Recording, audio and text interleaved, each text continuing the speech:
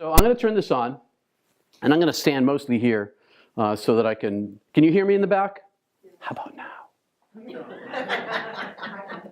Oh. All right. I think it's significant that he's standing in front of the fire extinguisher. Yeah. Just in case he gets too hot. Yes, yeah, I have the fire extinguisher here. We're Facebook Live. Hi, everybody. I'm in East Millinocket, Maine. I'm talking about near-death experience. I'd show you the crowd. There's 1,000 people here.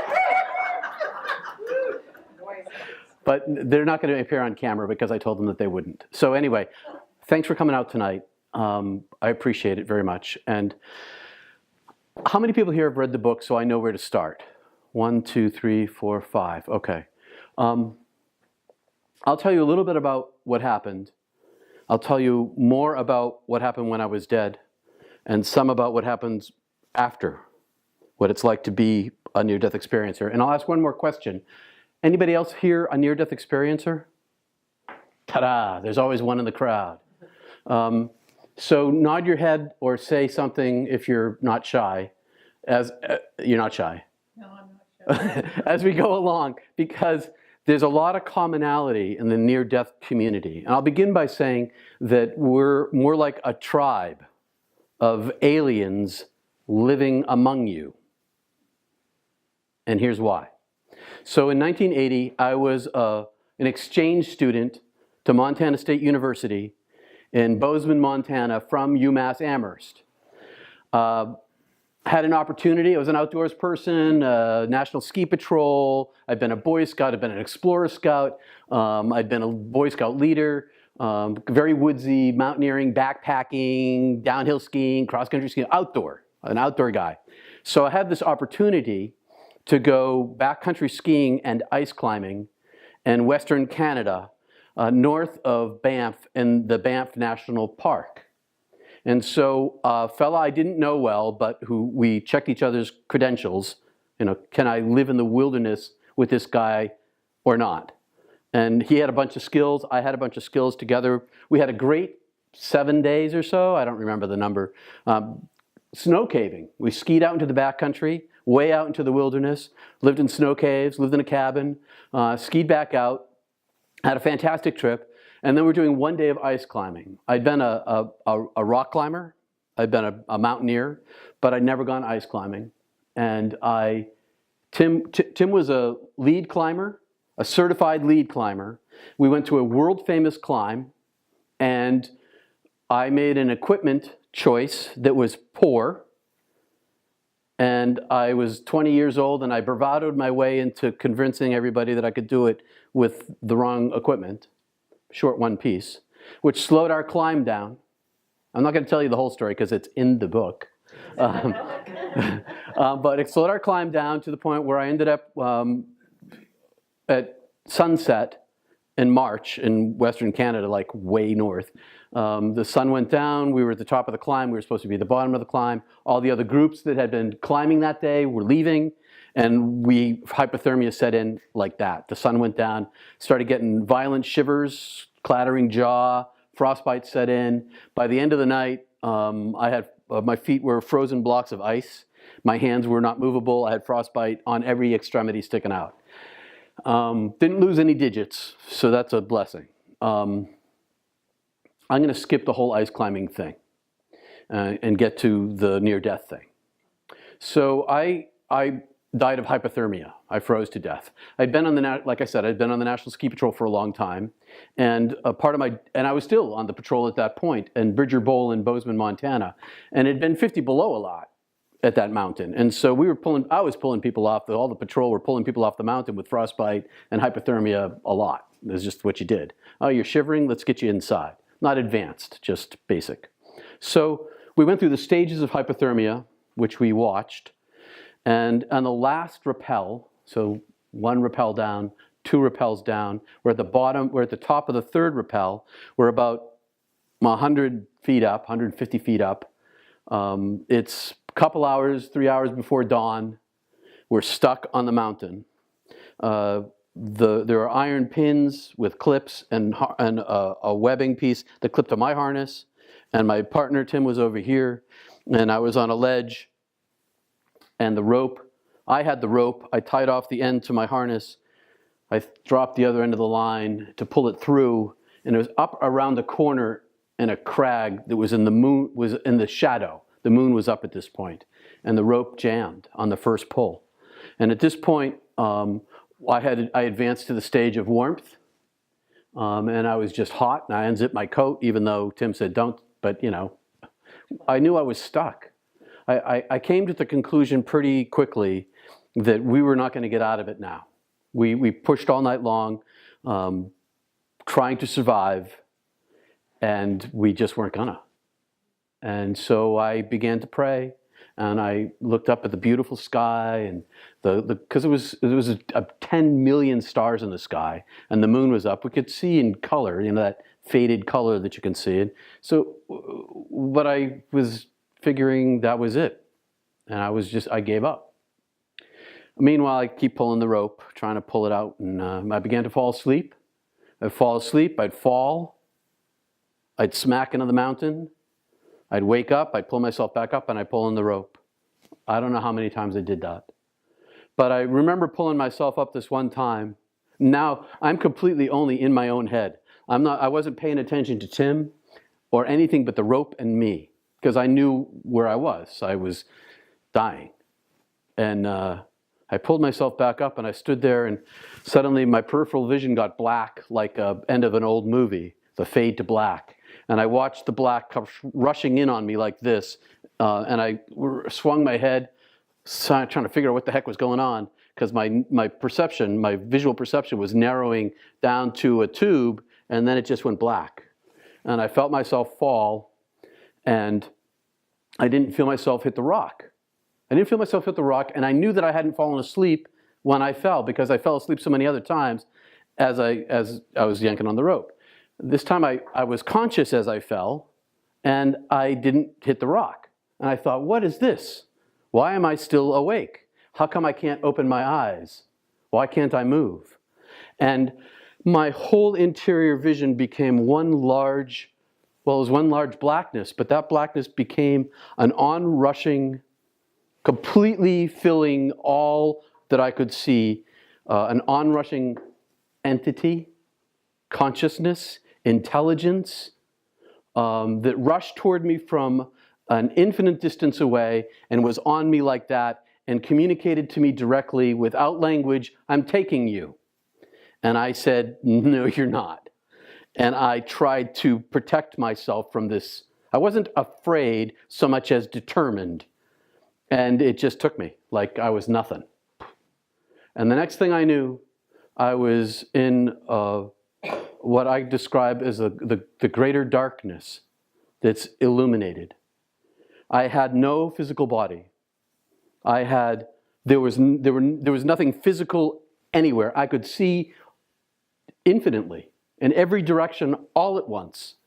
And I had no brain in the way of the rapidity of my thinking. My thinking was instantaneous. It wasn't like I had to go through a processor to come up with a thought. I was thinking faster than I'd ever thought before.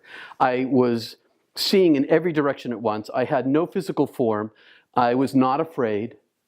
And a portal, a door, a gate, whatever you want to call it, this is a place of there are no things, and there's no language, and time does not exist.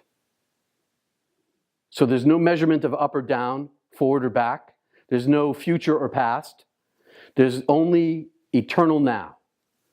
And this portal appeared, and I could see a longer tunnel of darkness. And the portal had like a shimmer on it. It was translucent and transparent, and it was flowing. And so I touched it with my being, and it was living.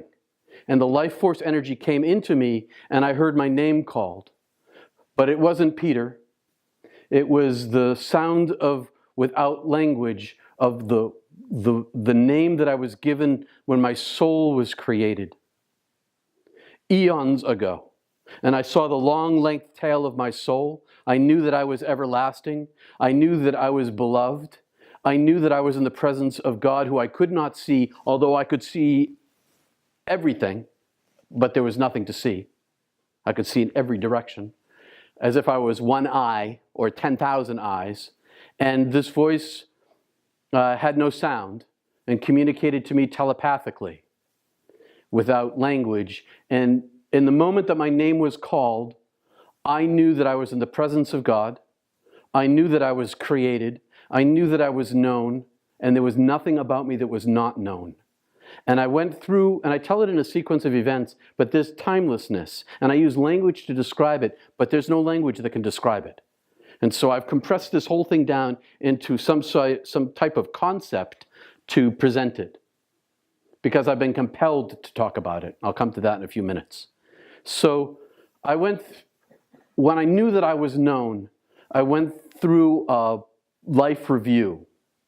And the life review I went through was all of the pain that I'd caused everyone in my entire life, intentionally or unintentionally, from their point of view, times 10,000 times the amount of pain that I gave them. But it turns out that it wasn't 10,000 times the amount of pain that I gave them. It's just that they couldn't feel the whole pain because they're in the human form. I felt the pure suffering that I gave them. And I went through from birth on, watching this, everything that I did, but experiencing it at the same time, experiencing the pain and feeling shame and feeling the justifications that I gave, seeing the justifications that I gave for causing the pain. And meanwhile, the voice kept saying, I know you. I've always known you. There's nothing about you that I have not known. I've known you since I called you into being. I love you as you are. I have always loved you. You are my beloved. I love you. I love you. I forgive you. And I saw the measure of my sins, not from a human point of view, but I saw that my sins were not greater or lesser than anybody else's. From the perspective of heaven,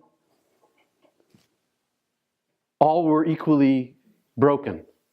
Nobody is more broken than anybody else. And that it wasn't, God kept saying to me, it's not your fault that you did these things. That's the way things are made. That's part of being human. Human beings hurt each other. That's what we do. That's what we do. We hurt each other. And the weird thing about this is that love, I brought all the love with me that I ever gave away, and all the love that was ever given to me, and love itself was my treasure. And I felt ashamed for having caused so much pain, but I wasn't ashamed for my actions so much as I was ashamed that I was not pure divine love. My perspective wasn't this way. My perspective was, I'm not that.